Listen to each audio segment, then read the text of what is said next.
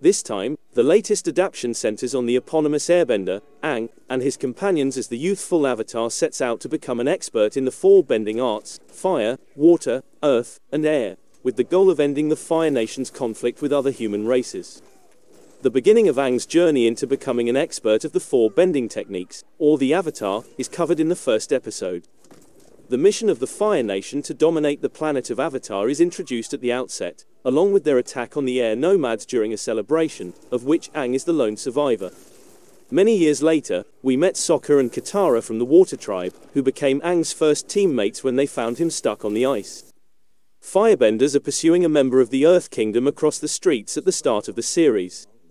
He is able to inform his companion of the Fire Nation's intention to declare war, but he instructs him to depart for the Earth Kingdom while he deals with his assailants. He is apprehended by the Firebenders and presented to the Fire Lord. But as the Fire Lord admits, he wanted the Earth Kingdom to know so they could move their military bases elsewhere and attack the air nomads, who are their true objective. The four nations are brought into balance by the Avatar, and the most recent of them, who has not yet surfaced, is expected to come from the air nomads. Since Fire Lord Sozin is cognizant of this cycle, he intends to end them all in order to prevent the Avatar from getting in the way. Following the championships, the nomads are getting ready for the Comet Festival in the Southern Air Temple. The council meets to talk about Sozin's schemes and Aang, the young airbending genius who is unaware that he is the most recent Avatar reincarnation. Aang still has a lot to learn, according to Brother Gyatso, but the other nomads insist that he must depart right now to start learning the other arts so he can restore harmony. After that, Aang is ultimately made aware of his actual nature by Gyatso, and the 12-year-old struggles to deal with this newfound responsibility as he gets ready to go on his sky bison, Appa. Troops from the Fire Nation attack the temple viciously and destroy it, leaving no survivors. Although Aang is not aware of the attack, he and Appa are submerged beneath the waves after being hit by a massive wave. We next proceed to Wolf Cove, a southern water tribe community. There, we get to know Sokka and Katara, the siblings who would be journeying with Aang. Teenage Sokka took over as the tribe's chief after their father left to fight the Fire Nation, while Katara was covertly honing her waterbending skills. When Sokka and Katara set out on a boat excursion, certain currents carry their canoe, revealing a massive iceberg. Prince Zuko, who is traveling in the area on a Fire Nation ship, witnesses this building erupt and shoot a massive beam of energy into the sky. His father, Fire Lord Ozai, has exiled him from the nation until he locates the Avatar, and he is assiduously tracking down any indication of the Avatar's location. It turns out that Aang, who was confined within, was the cause of this. After he passes out, Katara persuades her brother to assist in bringing him back to their village so that the little child might be helped. If Zuko is carried to Wolf Cove, the sole village in the area, he also sets sail for it. Aang discovers from Gran, Katara and Sokka's grandmother that he has been shut up for 100 years and is the last airbender when he reawakens in the village. The locals are shocked when he also calls Appa back to his side. Gran assumes that Aang must be the Avatar after seeing Zuko's Fire Nation soldiers in the area of the hamlet. Sokka accuses Aang of being a coward for hiding when the world needed the Avatar the most, and then gets ready to defend the village. In order to keep him safe, Katara takes him along with a few other tribe members. Zuko arrives at the gates with his soldiers. As long as the tribe turns him over, he claims he will only injure them in order to obtain the Avatar. After Katara persuades Sokka not to give up Aang, he goes out into the ice and confronts Zuko. He challenges the prince to a one-on-one fight, but Zuko is too strong for Sokka since he has been practicing facing the Avatar. However, just as he is about to murder Sokka, Aang steps in and, with the aid of the people, repels the firebenders. Zuko gives the order to burn the town down, but Aang gives up as long as they don't harm the water tribe. Zuko takes Aang on board his spacecraft. He asks Iroh, in a jail, why the Fire Nation began the conflict. Iroh claims that although some of their people think the nation must grow and devour, like fire, others think that by reigning over the nations, they would be able to restore stability to them. Aang stealthily uses his airbending abilities to take the keys to his cell from one of his guardians and makes his getaway.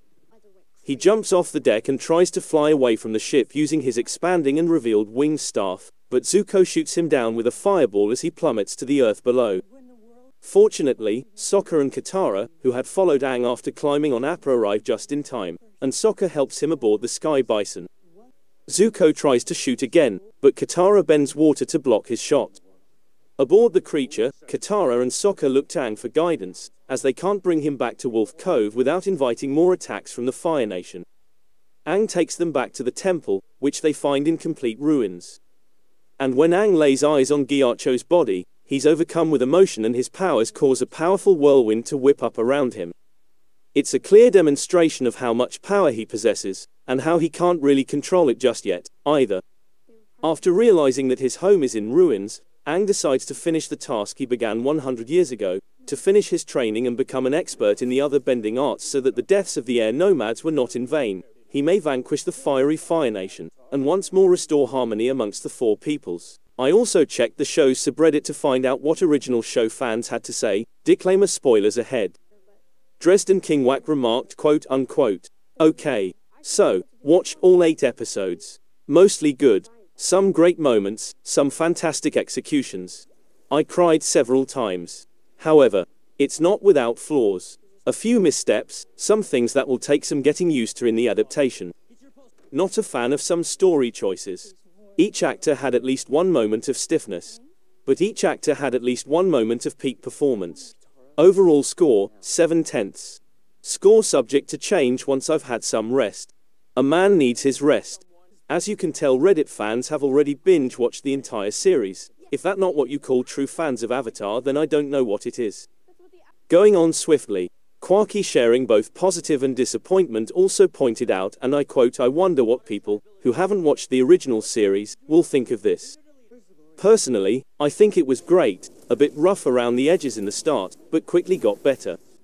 Good storyline changes that fit the format and even great additions, like the added Zuko backstory, adding so much depth to him already.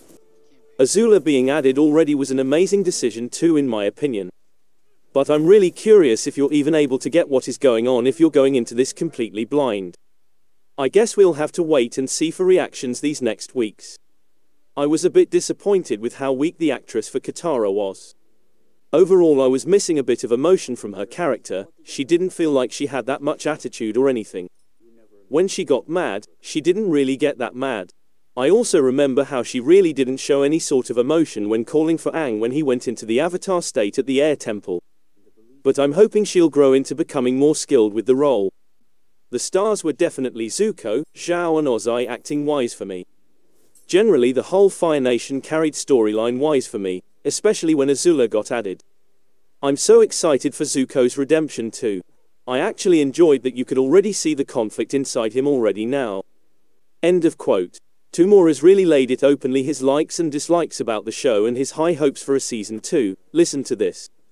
"Overall, I really enjoyed it. It wasn't perfect or without its flaws, but I never expected it to be.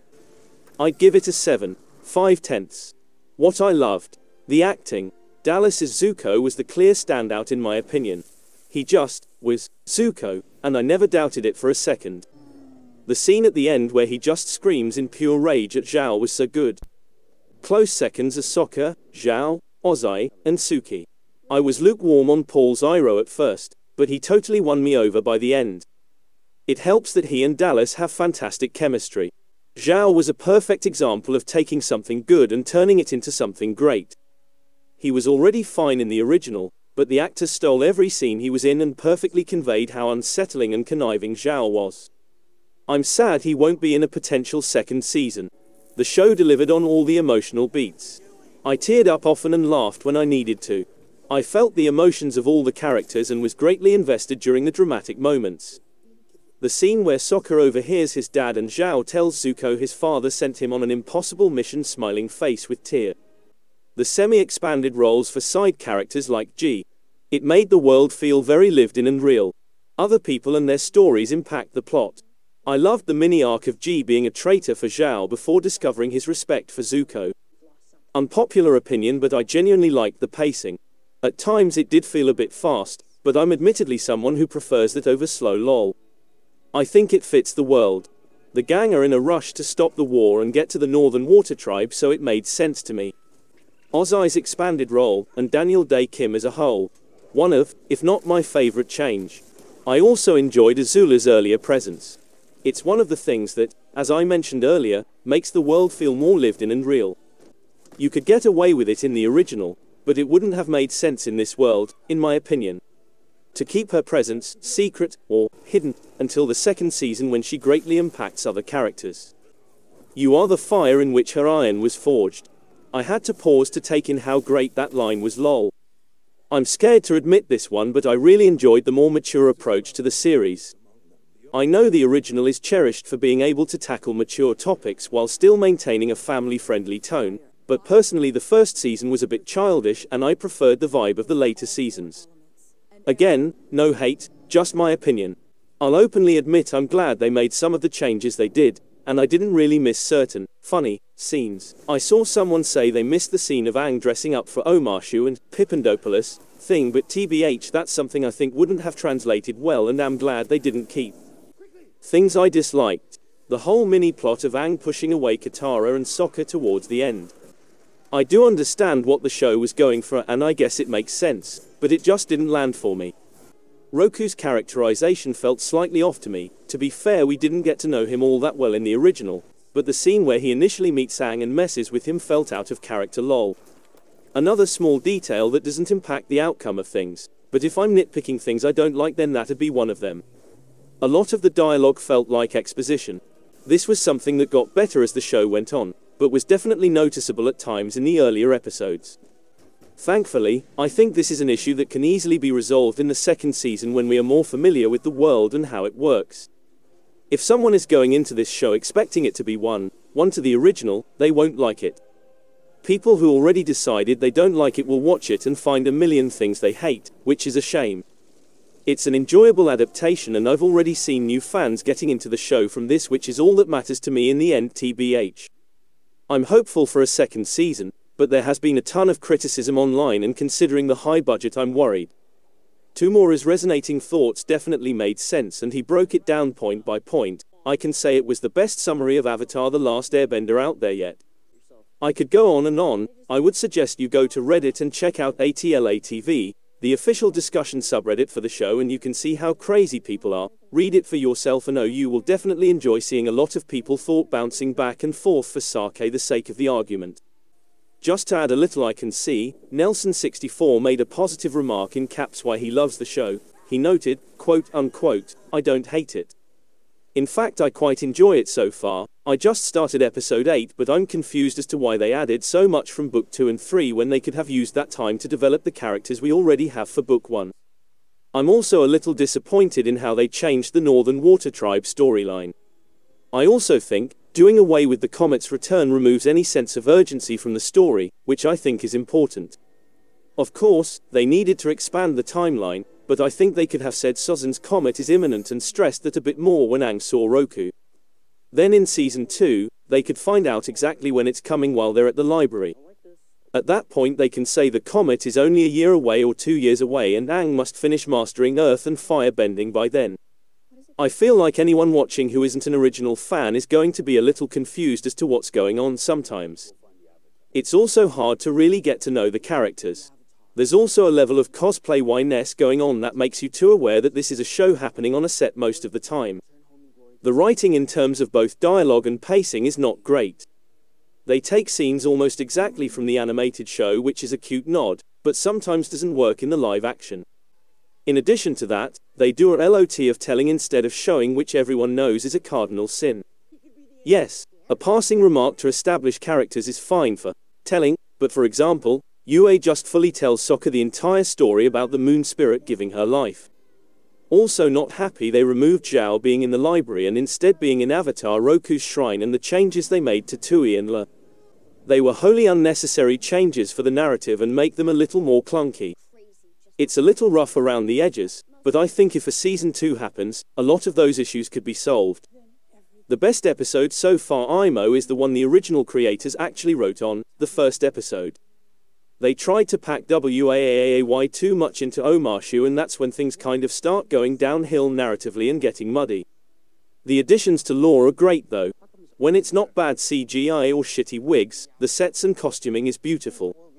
I think this just needed a little toning down all around, and the writing needed a little cleaning up. I'd say it's comparable to the first 2 Harry Potter films. Maybe a little worse than them. But if they can improve on all this stuff, I can see season 2 and 3 being as good as the later Harry Potter movies. I do hope they get a second and third season because I do want to see how they can improve, especially after reading reviews and seeing audience feedback. The cheesiness can also work for the first season because it's just the beginning of our journey. So here's to hoping. To the disappointment of many people, the show is not like the original show, and this did not sit well with a lot of people. One of them, of course, Gadrian, said, quote, "Just watch the whole thing. I feel like it really lost a lot of the fun of the OG. I like the more dramatic and serious undertones, but I feel like it could have been contrasted better with funner moments included from the OG. Iroh, I feel like, said too much rather than his sly silly nudge nudge wink winks in the right direction of the first season. Aang's motivation felt messy, like he kept harping on the same thing because the grumpy avatars kept telling him to not have friends, which felt odd and out of character for Roku at least. I feel like without him just wanting to be a kid and mess around instead of facing his responsibility, he lost the heart of his character.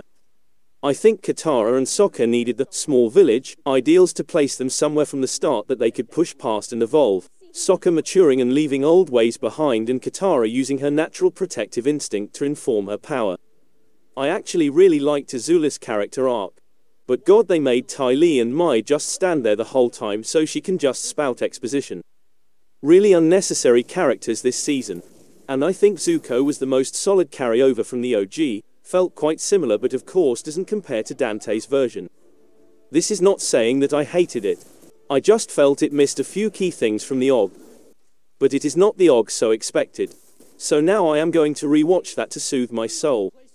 End of quote. Looking at the technical aspects of the show, Rhubarb 4993 gave the best breakdown on the internet so far of this entire series. He pointed out, quote, "Pet peeves. Acting. A lot of the main cast talked so fast and mumbled, slurred their words together too much to where their speech seemed a bit monotonous and unnatural.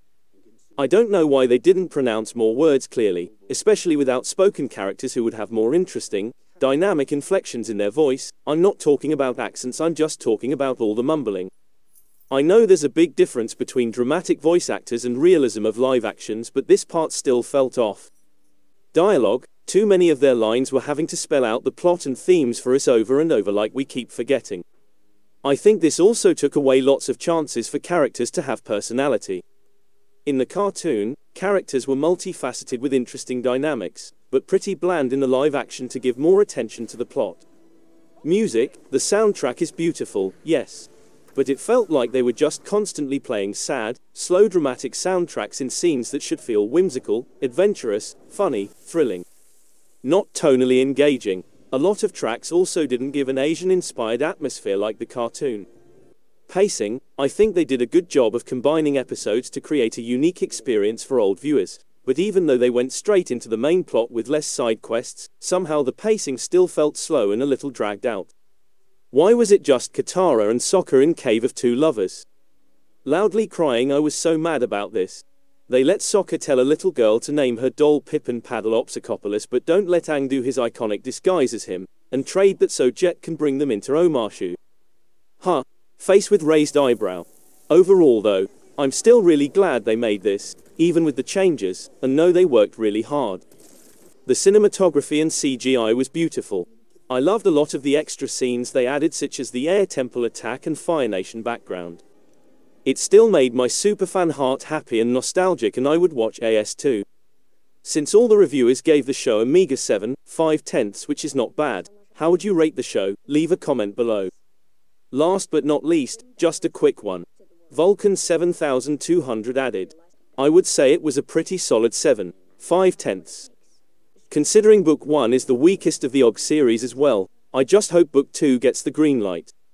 I think the writers may have tried to add in a bit too much, considering how little time they had.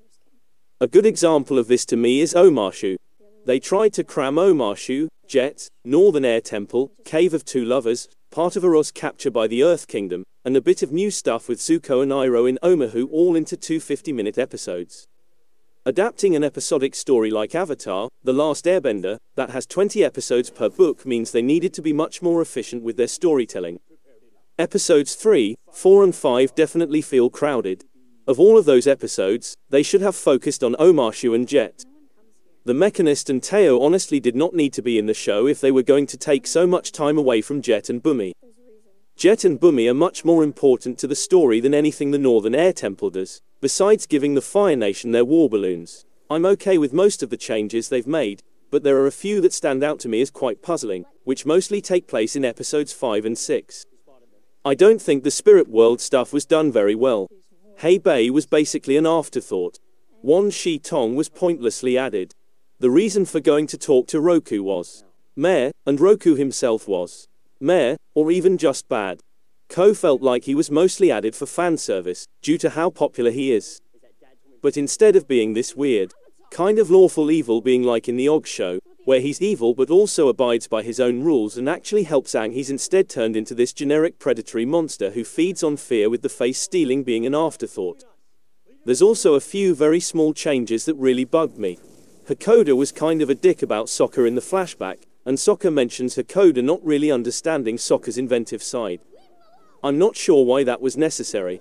I'm not sure adding Kyoshi and Kuruk was needed. It was cool to see them, but I prefer Roku being Aang's main guide. In the cartoon at least. I have no idea what they were going for with this Roku. All that being said, I think the show was good enough, and I really hope it gets a book 2. It can easily be course corrected, and books 2 and 3, if done even just as well as book 1, would be fantastic to see. Logging out. Be sure to leave a like and comment also if you haven't subscribed, subscribe and please turn on the notification.